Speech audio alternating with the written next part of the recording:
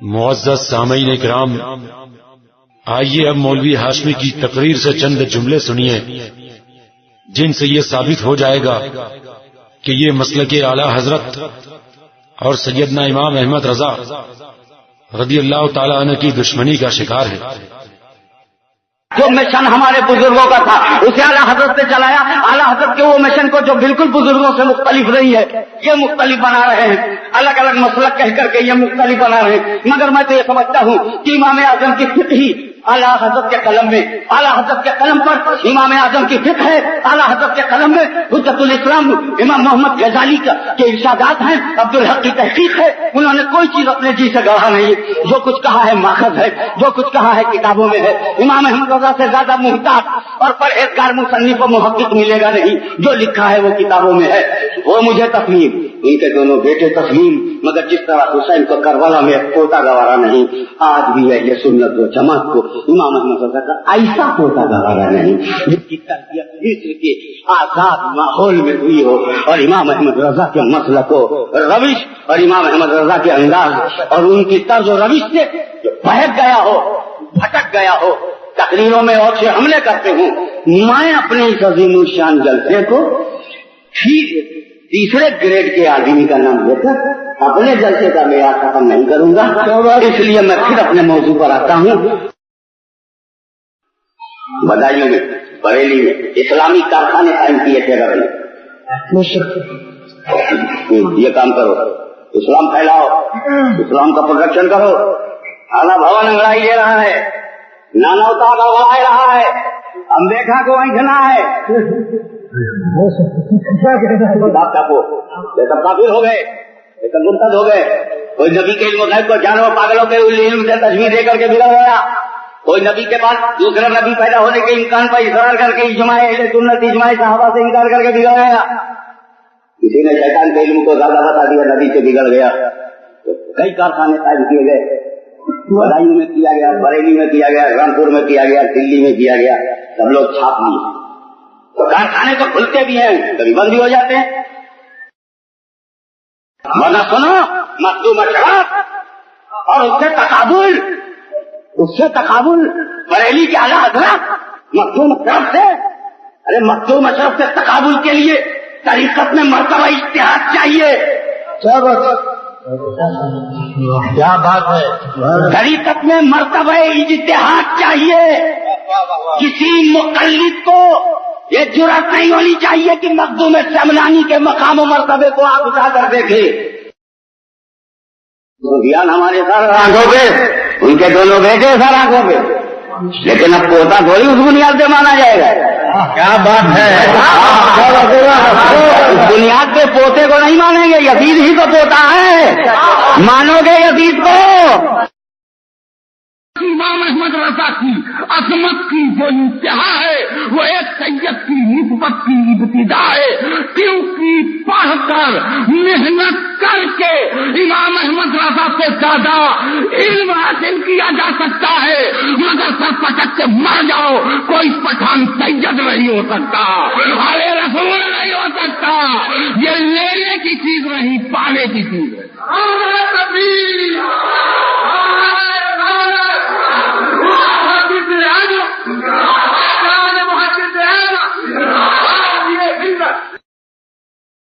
وقت کا سب سے بڑا مجدد، ہو سکتا ہوں کہ زمانے میں کوئی اور بھی مجدد رہا ہو، اس لیے امام احمد رضا کو سب سے بڑا مجدد کہہ رہا ہوں۔ سب کا سب ریپیٹیشن ہے، دوہرایا ہے، جو کہا ہے کہیں محقق نے اسے کہیں کہا ہے مجدد نے، جو کہا ہے مجدد درس ثانی نے اسے کہیں کہا ہے امام احمد رضا نے، جو کبھی کہا ہے غریب نواز نے اسے دوہرایا ہے۔ تو کہیں دوہرانا مسلک ہوتا ہے؟ اگر دوہرانا مسلک ہے تو 20 سال سے سنیت کو میں دوہرا رہا ہوں، کل سے آپ مسلک ہاشمی کی نشر اشاعت میں مصروف ہو جائے۔ 20 سال سے میں سنیت پھیلا رہا ہوں، اور مجھ سے زیادہ شیخ الاسلام پھیلا رہے ہیں، اس لیے اب آپ سے اعلان کیا جاتا ہے کل سے ہم لوگ مسلک شیخ الاسلام پر عمل کریں گے۔ معزز سامعین کرام، مولوی ہاشمی کی چھوچوی نے امام اہل سنت اعلی حضرت امام احمد رضا علیہ رحمت و رضوان کی ذات کو بھی تنقید اور توہین کا نشانہ بنایا ہے اور ان کے تجدیدی کارناموں کو جھٹلانے کی کوشش کی ہے۔ اس کی تفصیل سننے سے پہلے آئیے دیکھیں کہ مجدد کسے کہتے ہیں۔ مجدد کا مطلب ہے مٹا دی گئی سنتوں کو زندہ کرنے والا اور اس پر عوام و خواص کو متوجہ کرانے والا کہ پھر سے اس سنت کی احیاء ہو جائے۔ مجدد ہونے کے لیے ضروری ہے کہ زمانے کے معتمد و مستند مرجع عوام و خواص علماء کا اتفاق ہو، جیسا کہ سیدنا اعلی حضرت علیہ رحمت و رضوان پر پٹنہ میں تمام علماء اہل سنت نے اتفاق کیا اور علماء حرمین طیبین کا بھی اتفاق و اجماع ہوا۔ مگر مولوی ہاشمی نے اعلی حضرت کی مجددیت کا انکار کرنے کے لیے کہا کہ اعلی حضرت نے ہمارے بزرگوں کے مشن کو چلایا، انہی کی باتوں کو نقل کیا، انہی کی تعلیمات کو پیش کیا، اپنی طرف سے کچھ نہیں گھڑا۔ یہ سب مولوی ہاشمی نے تعریف میں نہیں کہا، بلکہ آگے یہ کہہ کر وضاحت کر دی کہ اعلی حضرت نے جو کچھ کہا ماخذ ہے، جو کہا کتابوں میں ہے، یعنی مطلب یہ کہ اعلی حضرت نے کوئی کارنامہ انجام نہیں دیا، مسلمانوں پر کوئی احسان نہیں کیا، کوئی بہت بڑی خدمت انجام نہیں دی، معاذ اللہ۔ اسی طرح ایک اور جگہ اس طرح ان کے کارناموں کو جھٹلانے کی کوشش کی، کہا کہ بدایوں میں، بریلی میں، رامپور میں، دہلی میں اسلامی کارخانے قائم کیے گئے تھے کہ یہ کام کرو، اسلام کی حفاظت کرو، تو کارخانے تو کھلتے بھی ہیں، کبھی بند بھی ہو جاتے ہیں۔ مولوی ہاشمی نے یہاں بریلی کے ساتھ رامپور اور دہلی وغیرہ کا بھی ذکر کر کے شہر بریلی کی اہمیت کو گھٹانے کی ناکام کوشش کی ہے۔ ایک اور جگہ کہا کہ اعلی حضرت نے جو کچھ بھی کہا ہے دہرایا ہے، جو کچھ لکھا ہے اپنے سے پہلے کے بزرگوں کے لکھے ہوئے کو ریپیٹ کیا ہے، اس لیے اعلی حضرت نے کوئی نیا کام نہیں کیا کہ جس کی بنیاد پر مسلک اعلی حضرت کہا جائے۔ مولوی ہاشمی کی یہ بات اگر صحیح ہو تو بات یہی تک نہیں رہے گی بلکہ دور تک جائے گی، کیونکہ کوئی شخص انہی کے انداز میں کہہ سکتا ہے کہ پھر ان چاروں اماموں کی طرف بھی مذہب یا مسلک کی نسبت کیوں کی جائے؟ انہوں نے بھی تو اپنے سے پہلے کے بزرگوں کی باتوں کو ریپیٹ کیا ہے، یہ حضرات بھی تو وہی کہتے ہیں جو صحابہ سے سنا، پھر ان مذہبوں کی نسبت ان اماموں کی طرف کیوں کی جائے؟ صحابہ کی طرف ہونا چاہیے۔ اور پھر اس سے بھی ایک قدم آگے بڑھ کر کوئی یہ بھی کہہ سکتا ہے کہ صحابہ کرام رضوان اللہ علیہم اجمعین بھی خود اپنی بات کہاں بیان کرتے ہیں کہ مذہب کی نسبت ان کی طرف کی جائے؟ وہ تو جو کچھ بیان کرتے ہیں سب رسول اللہ صلی اللہ علیہ وسلم کا بیان کیا ہوا ہے، تو ضروری ہے کہ مذہب کی نسبت خود صحابہ کرام کی طرف بھی نہ ہو، صرف رسول اللہ صلی اللہ علیہ وسلم کی طرف ہو۔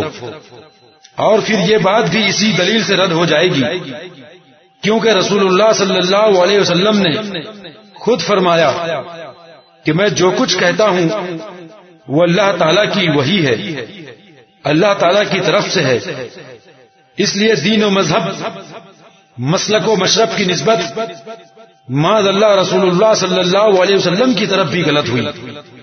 اس لیے اسلام کو نہ دین محمدی کہنا صحیح ہے نہ ملت ابراہیمی۔ دین کا حقیقی موجد تو صرف اللہ تعالیٰ ہے، اس لیے اس کی نسبت نہ امتیوں میں سے کسی کی طرف کی جا سکتی ہے نہ انبیاء و رسول میں سے کسی کی طرف، اس کو تو بس دین اللہ اور دین الہی کہنا ہی صحیح ہوگا۔ سامعین کرام، آپ نے دیکھ لیا کہ اس قسم کی نفس پرستیوں کا کیا نتیجہ ہوتا ہے اور بات کہاں سے کہاں تک پہنچتی ہے۔ اعلی حضرت امام احمد رضا علیہ رحمت و رضوان نے کسی ایسی بات کی تعلیم نہیں دی ہے جس کی اصل شریعت میں موجود نہ ہو۔ ہاں، جن باتوں سے لوگ غافل ہو چکے تھے آپ نے ان باتوں کی یاد تازہ فرما دی ہے، مثلا یہ کہ قرآن حکیم کی ہر آیت پر ایمان رکھنا ضروری ہے، یہ نہیں ہو سکتا کہ کچھ آیتوں پر ایمان رکھا جائے اور کچھ پر ایمان نہ رکھا جائے۔ عالم الغیب فلا یظہر علی غیبہ احدا پر تو ایمان رکھا جائے، لیکن الا من ارتضی من رسول پر ایمان نہ رکھا جائے، ایسا نہیں ہو سکتا۔ اعلی حضرت نے آیت کریمہ کا ترجمہ کرتے ہوئے ہمیشہ ادب کا خیال رکھا اور اسی کی تعلیم دی۔ چنانچہ آپ نے وَوَجَدَ کا ضَالًّا میں ضال کا ترجمہ وارفتہ کیا، گمراہ یا بھٹکا ہوا یا متوالا نہیں کیا۔ اعلی حضرت قدس سرہ کے اس ترجمے کے مرجع کو سمجھنے کے لیے تفسیر انوار التنزیل وغیرہ میں انک لفی ضلالک القدیم کی ہوئی تفسیر کی طرف رجوع کیا جا سکتا ہے۔ آپ نے اس بات کی تعلیم دی کہ مجتہد کے نزدیک عمل کے لیے حدیث کے صحیح ہونے کا مطلب اور ہے، اور محدث کے نزدیک حدیث کے صحیح ہونے کا مطلب اور۔ رسالہ الفضل الموہبی میں آپ نے ترمذی وغیرہ سے عبارت نقل کرتے ہوئے اس کو ثابت فرمایا ہے۔ اس میں کوئی بات نئی نہیں ہے، لیکن عوام تو عوام، علماء اس سے غافل تھے۔ مثال کے طور پر ترمذی نے ابو علی رحبی سے ایک حدیث کو روایت کرنے کے بعد یہ فرمایا کہ محدثین کے نزدیک یہ راوی ضعیف ہیں، لیکن اس کے باوجود امام ابو عیسیٰ ترمذی نے اعلان فرمایا کہ اہل علم کا عمل اسی حدیث پر ہے۔ بہت سی احادیث کریمہ ایسی ہیں جن کے صحیح مطلب کو لوگ نہیں جانتے ہیں، اور بد مذہب لوگ عوام کو گمراہ کرنے کے لیے ان کے غلط مطلب کو ظاہر کرتے ہیں۔ مثال کے طور پر لا یجتمع فی الارض العرب الدینان کا ایسا ترجمہ کیا جاتا ہے جس سے عوام کو یہ سمجھایا جاتا ہے کہ سرزمین عرب میں اب کافر نہیں ہو سکتے۔ اعلی حضرت قدس سرہ نے علامہ شرم بولانی رحمت اللہ تعالی علیہ ایسے حضرات سے نقل کرتے ہوئے اس حدیث شریف کا یہ مفہوم بتایا ہے کہ سرزمین عرب میں دو دین نر ہیں، یعنی غیر مسلم کو اس سرزمین پر دیر تک ٹھہرنے کی اجازت نہ دی جائے۔ ضعیف حدیثوں کو باب فضائل میں قبول کیا گیا ہے، لیکن وہابیہ خذلہم اللہ تعالی ایسا ظاہر کرتے ہیں کہ حدیث ضعیف کی کوئی قیمت نہیں ہے، گویا وہ موضوعات یعنی گڑی ہوئی حدیثوں کی طرح ہیں۔ اعلی حضرت قدس سرہ نے دیلمی کی مسند الفردوس کی بعض ایسی حدیثوں کو بیان فرمایا اور یہ اشارہ فرمایا کہ ان پر عمل کرنا نہ فرض ہے، نہ واجب ہے، نہ سنت، لیکن ان پر عمل کرنے میں فائدہ ہے۔ فقہائے کرام کے مختلف اقوال ہیں، جن میں سے بعض راجح ہیں تو بعض مرجوح۔ اعلی حضرت قدس سرہ نے ہمیشہ فقہائے اصحاب ترجیح کے اقوال کو اپنا مختار بنایا اور انہی کی تعلیم دی۔ مثال کے طور پر بعض فقہائے کرام نے رکوع کے بعد دعائے قنوت کے پڑھنے کو جائز فرمایا، لیکن اعلی حضرت قدس سرہ نے امام محقق کمال الدین ابن حمام اسکندری رحمت اللہ تعالی علیہ صاحب فتح القدیر جیسے صاحب ترجیح فقی کے قول کو اختیار فرمایا اور یہ تعلیم دی کہ حنفیہ کے یہاں رکوع کے بعد دعائے قنوت پڑھنے کا کوئی محل نہیں ہے۔ اسی طرح آپ ہی کے قول سے اخذ کرتے ہوئے اعلی حضرت قدس سرہ نے یہ تعلیم دی کہ داخل مسجد مطلقاً اذان مکروہ ہے۔ احادیث کریمہ بسا اوقات بظاہر ایک دوسرے کے متعارض معلوم ہوتی ہیں، یعنی بہت مرتبہ دو حدیثیں ایک دوسرے کے خلاف معلوم ہوتی ہیں۔ اعلی حضرت قدس سرہ نے تطبیق دے کر ظاہر فرما دیا کہ در حقیقت ان میں تعارض یعنی ٹکراؤ نہیں ہے۔ حدیث انا لا نستعین بمشرک کے مطلب کو ظاہر کرتے ہوئے اعلی حضرت قدس سرہ نے یہ فرمایا کہ امور دینیہ میں کافر سے مدد لینا جائز نہیں ہے، اور کافر کے ہدیہ کو قبول کرنے کے سلسلے میں آپ نے فرمایا کہ دونوں قسم کی باتیں آئی ہیں، اور اس طرح تطبیق دی کہ اگر غالب گمان ہو کہ اس کے ہدیہ کو قبول کرنے سے وہ مسلم ہو جائے گا تو اس کے ہدیہ کو قبول کرنا ضروری ہے، لیکن اگر یہ غالب گمان ہو کہ اس کے ہدیہ کو قبول نہ کرنے سے وہ اپنے مذہب کفری سے بیزار ہو جائے گا تو ایسی صورت میں اس کے ہدیہ کو نہ قبول کرنا ضروری ہے۔ اسی طرح اعلی حضرت قدس سرہ نے بعض مسائل میں بعض اقوال کو بعض دیگر پر ترجیح دی، جبکہ اس ترجیح اور وجہ ترجیح سے لوگ غافل تھے۔ اسی طرح جن امور کو امتداد زمانہ کے ساتھ ساتھ لوگوں نے چھوڑ دیا تھا، یا غلط سمجھتے تھے یا انہیں نہیں جانتے تھے، اعلی حضرت قدس سرہ نے ان کی طرف رہنمائی فرمائی۔ مثلا یہ کہ الفاظ شہادت کو سن کر انگوٹھا چومنا، جمعہ کی اذان خطبہ کا خارج مسجد ہونا وغیرہ۔ جن مسائل میں مختلف شکوں پر مختلف احکام ہیں اور فقہ کی بڑی سے بڑی کتاب میں بھی ان کی تفاصیل موجود نہیں ہیں، اعلی حضرت قدس سرہ نے ان کی تفصیل فرمائی۔ مثال کے طور پر نابالغ بچے کے بھرے ہوئے پانی کے مختلف صورتوں میں مختلف احکام کو جاننے کے لیے رسالہ عطاء النبی فی ماء الصبی کو ملاحظہ کیا جائے۔ اعلی حضرت قدس سرہ نے اللہ تعالی، حضور رسول اکرم صلی اللہ تعالی علیہ وسلم، تمام انبیاء کرام علیہم السلام، حضرات ملائکہ علیہم السلام اور اولیاء کرام قدست اسرارہم کی اہانت سے بچنے کی تعلیم دی، اور آپ حضرات کی محبت کی تعلیم دیتے ہوئے آپ حضرات کی بارگاہوں کے ادب کو سکھایا۔ اعلی حضرت قدس سرہ نے کفر کلامی کے مفہوم کو بتایا، اس کے حکم کو سکھایا، یہ بیان فرمایا کہ اہل قبلہ سے کون مراد ہیں، ان کی تکفیر نہ کرنے سے کیا مراد ہے، کس صورت میں لوگ اہل قبلہ نہیں رہ جاتے ہیں اور ان کی تکفیر کی جا سکتی ہے۔ آپ نے یہ بیان فرمایا کہ کفر متعین کی صورت میں نیت کو دیکھنے کی کوئی ضرورت نہیں ہے۔ کتابوں میں یہ جو مذکور ہے کہ اگر کسی قول میں 99 وجوہ کفر کی طرف لے جاتی ہوں اور ایک وجہ ایمان کی طرف لے جاتی ہو تو اس کو قبول کیا جائے، اس سے کیا مراد ہے؟ اعلی حضرت نے اپنے افادات میں بیان فرمایا اور یہ تعلیم دی کہ اگر وجہ کفری کا اس کے نزدیک مراد ہونا متعین ہو تو وہ وجہ ایمان اسے کوئی فائدہ نہیں پہنچائے گی۔ اسی طرح آپ نے کفر فقہی کے مفہوم کو بیان فرمایا، دونوں کے درمیان پائی جانے والی نسبت کو واضح فرمایا، اور فتاوی عالمگیریہ میں آئے ہوئے کفر مختلف فی کے اس حکم کو بیان فرمایا جس سے عوام غافل تھے اور مولانا کہلانے والے لوگوں نے اسے پسے پشت ڈال دیا تھا۔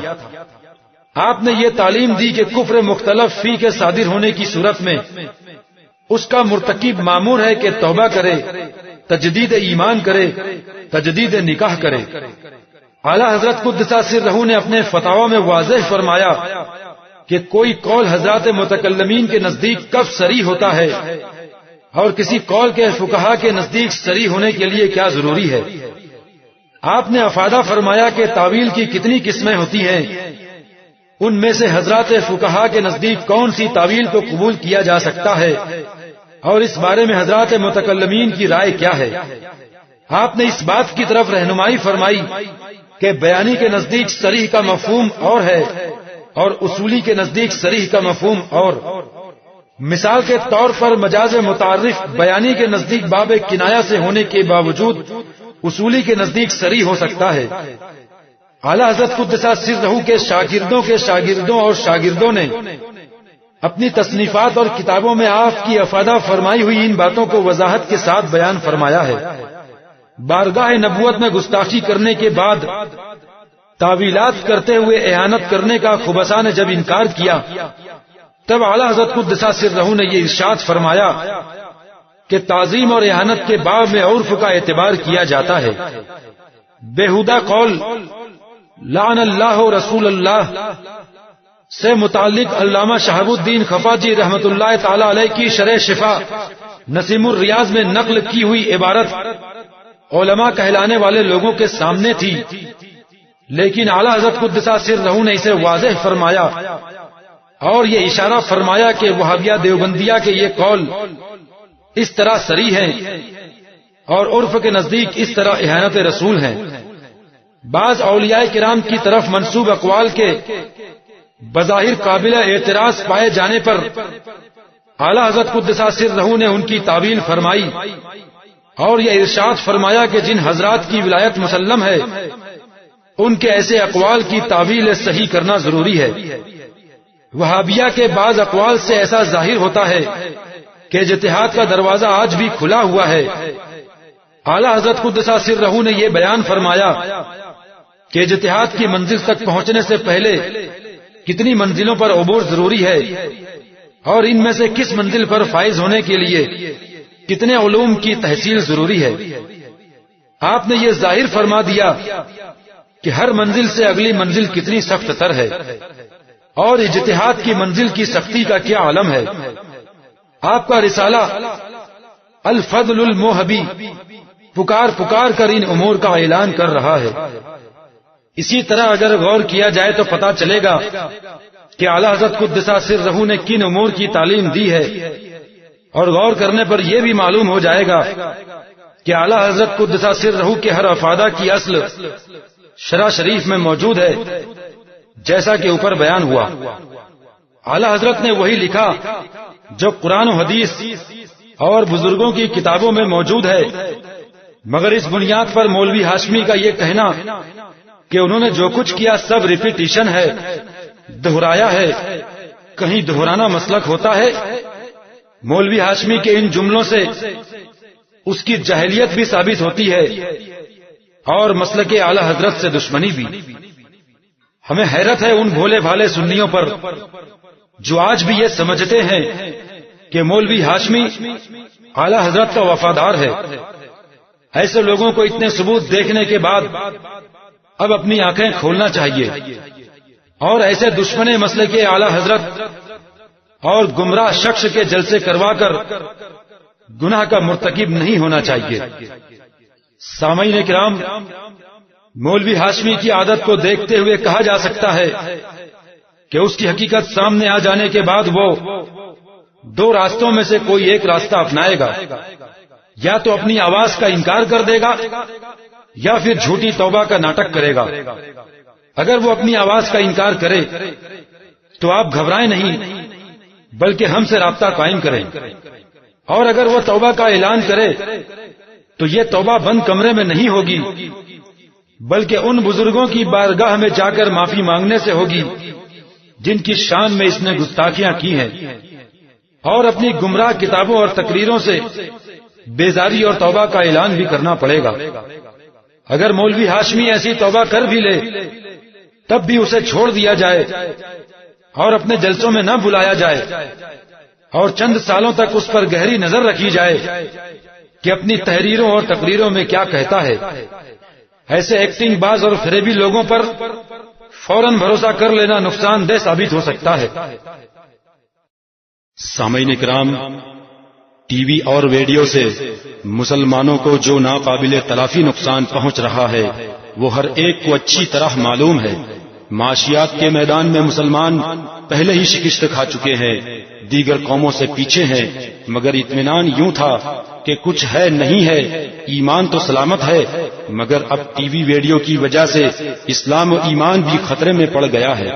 ٹی وی کی وجہ سے معاشرے میں بے راہ روی اور مذہب سے دوری روز بروز بڑھتی جا رہی ہے۔ کون نہیں جانتا کہ فرمان مصطفیٰ صلی اللہ تعالی علیہ وسلم کی روشنی میں جاندار کی تصویر بنانا ہرگز جائز نہیں۔ جاندار کی تصویر بنانا، بنوانا، ان کو تعظیم و تکریم کے ساتھ رکھنا، یہ سب کام بلا شبہ حرام تھے، حرام ہیں اور حرام رہیں گے۔ تصویر جب تک تصویر ہے، چاہے جہاں ہو، حرام ہے۔ ٹی وی ریڈیو کے ذریعے دکھائی جانے والی تصویر تصویر ہی ہے، اور جب وہ تصویر ہے تو ضرور حرام ہے۔ دوسری بات یہ کہ ٹی وی ریڈیو وغیرہ اخلاق کو اس قدر خراب کرنے والی چیزیں ہیں کہ ان سے زیادہ خطرناک شاید ہی کوئی چیز ہو۔ ٹی وی اور ریڈیو لہو و لعب کا آلہ اور سامان ہے، اور شریعت میں لہو و لعب جائز نہیں۔ ان میں ایسے مناظر اور سین دکھائے جاتے ہیں کہ اللہ کی پناہ، کوئی حجاب نہیں، کوئی حیا نہیں، اور یہاں تصویریں، ناچ گانے، بیہودہ ڈرامے، بھجن، پوجا پاٹ اور کفر و شرک پر مبنی سینکڑوں گیت اور کہانیاں ٹی وی اور ریڈیو میں دکھائی جاتی ہیں، اور یہ تمام چیزیں بلا شبہ ناجائز و حرام ہیں۔ حقیقت کی نگاہ سے دیکھا جائے تو دنیا کو برباد کرنے والا، شرم و غیرت کو ختم کرنے والا، مرد عورت، بوڑھوں بچوں اور نوجوانوں کو گناہوں میں مبتلا کرنے والا، ڈاکو چور بدماش بنانے والا، سب سے بڑا ذمہ دار یہی ٹی وی اور ریڈیو ہی ہے۔ دراصل یہ ایک چھوٹا سینما ہے. بڑا سینما کبھی کبھار دیکھا جاتا تھا اور یہ ہر روز گھروں میں بار بار دیکھا جاتا ہے. ٹی وی اور ریڈیو کو اگر بے حیائی کی تعلیم کا ایک ملعون مدرسہ کہا جائے جس کا صدر مدرس شیطان لعین ہے تو غلط نہ ہوگا. اب اس کے بارے میں کسی مسلمان کو جس میں تھوڑی سی بھی غیرت ایمانی ہو یہ پوچھنے کی حاجت رہ جاتی ہے کہ یہ جائز ہے یا ناجائز. ٹی وی اور ریڈیو اس زمانے کے وہ عظیم فتنہ ہیں جن کی مخالفت کرنا ہر صاحب عقل و دانش پر لازم و ضروری ہے. جو لوگ یہ کہتے ہیں کہ ٹی وی اور ریڈیو آئینے کی مثل ہیں اس لیے اس پر جائز مناظر دیکھے جا سکتے ہیں وہ دراصل غلط فہمی کا شکار ہیں. اس تعلق سے حضور تاج الشریعہ حضرت علامہ مفتی محمد اختر رضا خان ازہری مدظ اللہ العالی کی گراں قدر تحقیق اور فتویٰ پر مشتمل نہایت اہم کتاب ٹی وی اور ریڈیو کا آپریشن پاکستان سے چھپ کر منظر عام پر آ چکی ہے. اس کتاب میں آپ نے مضبوط دلائل کے ساتھ ثابت فرمایا ہے کہ ٹی وی کے شیشے پر نظر آنے والی تصویریں یقیناً تصویریں ہی ہیں جو بحکم احادیث کریمہ حرام و ناجائز ہیں. ٹی وی میں نظر آنے والے عکس کو آئینہ کے عکس پر قیاس کرنا ہرگز صحیح نہیں بلکہ قیاس مال فارق اور عظیم فکری مغالطہ ہے. آئینہ کے عکس کا جواز تو سید عالم صلی اللہ تعالی علیہ وسلم کے زمانہ مبارک سے جاری اور خود نبی اکرم صلی اللہ تعالی علیہ وسلم سے آئینے کا استعمال ثابت ہے. اس میں نہ کسی قیاس کو دخل نہ کسی دلیل کی حاجت اور تصاویر سازی کی حرمت منصوص ہے. حدیث پاک میں جاندار کی تصویر سازی حرام فرمائی، تصویر سازی کے طریقے کو بیان نہ فرمایا اور اس میں بظاہر یہ مصلحت کہ تصویر سازی کے طریقے ترقی کرتے رہتے ہیں. تصویر سازی کے آغاز سے اب تک اس کے کتنے ہی طریقے ایجاد ہو چکے اور نہ معلوم آئندہ اور کتنے نئے نئے طریقے وجود میں آئے. لہذا کلام تصویر سازی میں ہے کہ وہ حرام ہے، چاہے وہ کسی بھی طریقے سے بنائی جائے، شعاؤں سے بنے، نقطوں سے بنے، ریس سے بنے. اگر نتیجے میں تصویر وجود میں آئی تو وہ کام ضرور حرام ہوگا. حضور تاج الشریعہ کے مذکورہ فتویٰ کی تصدیق اکابر علماء کرام و مشائخ اعظام نے کی ہے. تاجدار مارہرہ احسن العلماء حضرت علامہ مولانا مفتی سید شاہ مصطفیٰ حیدر حسن میاں قادری برکاتی علیہ رحمت و رضوان اس فتویٰ کی تصدیق کرتے ہوئے ارشاد فرماتے ہیں کہ اگر میں یہ کہہ دوں کہ زیر نظر فتویٰ اپنے موضوع پر حرف آخر ہے تو یہ بات میرے نزدیک مبالغہ یا بے جا حمایت اور طرفداری نہیں بلکہ حقیقت واقعی کا کھلے دل سے اعتراف ہوگا. نیز حضرت علامہ مولانا محمد صالح صاحب قبلہ مدرس مدرسہ منظر اسلام بریلی شریف اس فتویٰ کی تصدیق کرتے ہوئے فرماتے ہیں کہ بے شک ٹی وی اور ریڈیو پر ذی روح کی تصویر دیکھنا دکھلانا مثل سینما حرام و بد انجام بلکہ سینما سے زیادہ خرابیوں پر مشتمل کام ہے کہ یہ ایک قسم کی تصویر کشی اور صورت گری ہی ہے نہ کچھ اور. یہ آئینہ وغیرہ کے عکس کی طرح ہرگز نہیں کیونکہ وہ انسان کا مصور و مصنوع نہیں اور یہ ضرور انسان کا مصور و مصنوع اور اس کے فعل کا منفعل ہے. سامعین کرام، مختصر یہ کہ حضور تاج الشریعہ کی مذکورہ کتاب ٹی وی اور ریڈیو کا آپریشن علم و عرفان کا ایک دریا ہے جسے پڑھ کر ذہن کے بند دریچے کھل جاتے ہیں اور حقیقت سامنے آ جاتی ہے.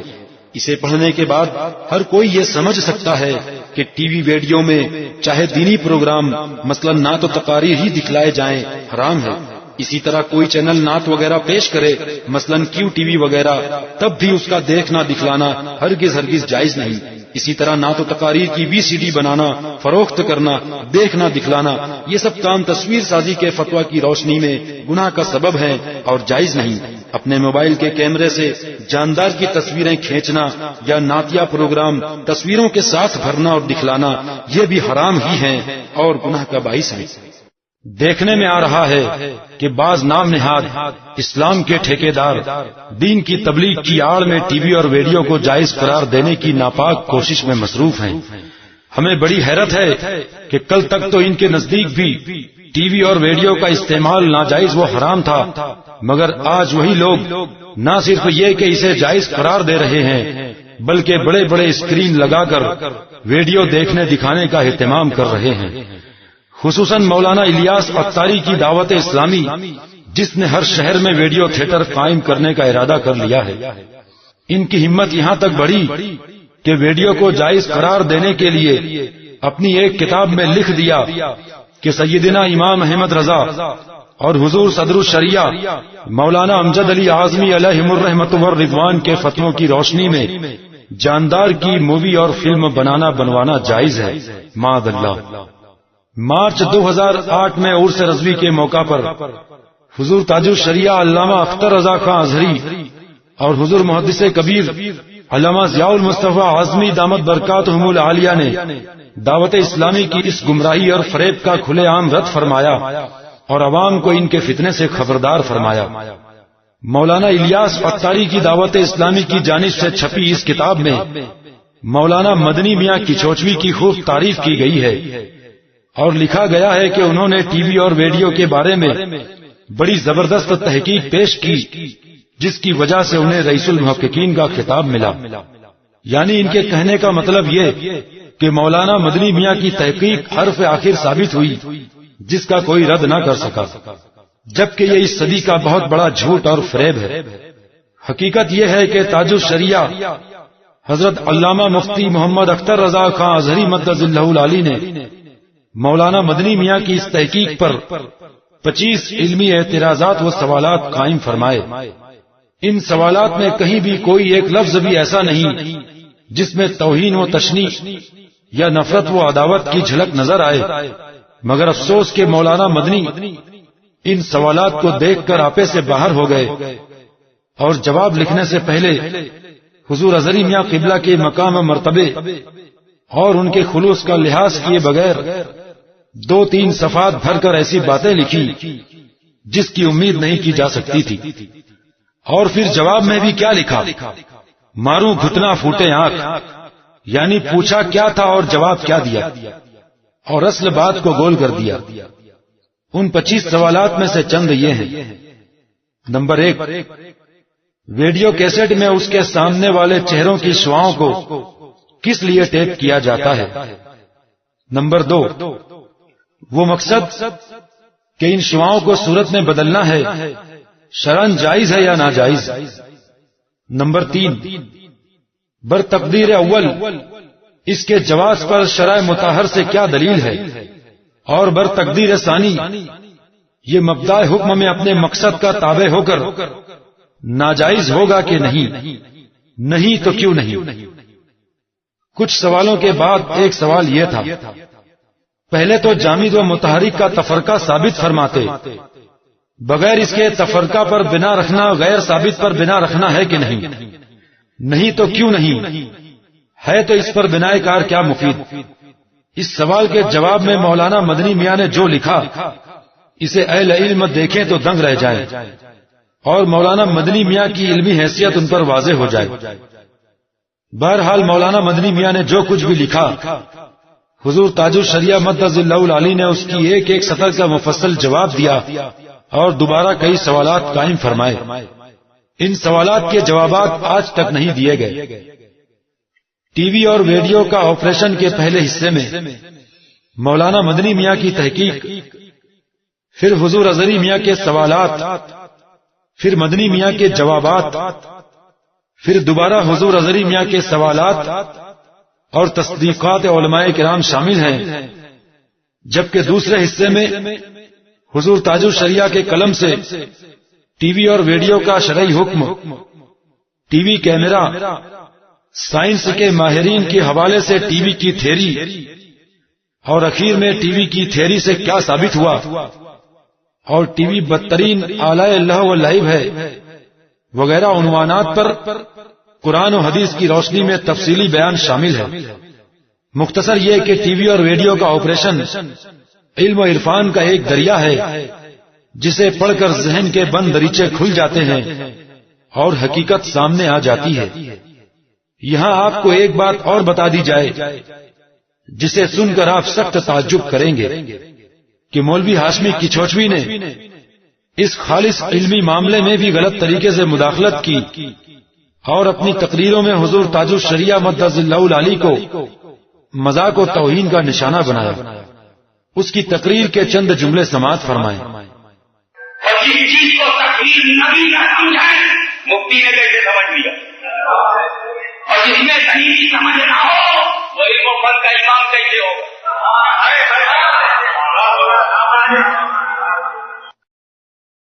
بتانا یہ چاہتا ہوں کہ شیخ الاسلام نے ویڈیو اور ٹی وی کی تحقیق نہیں کی ہے.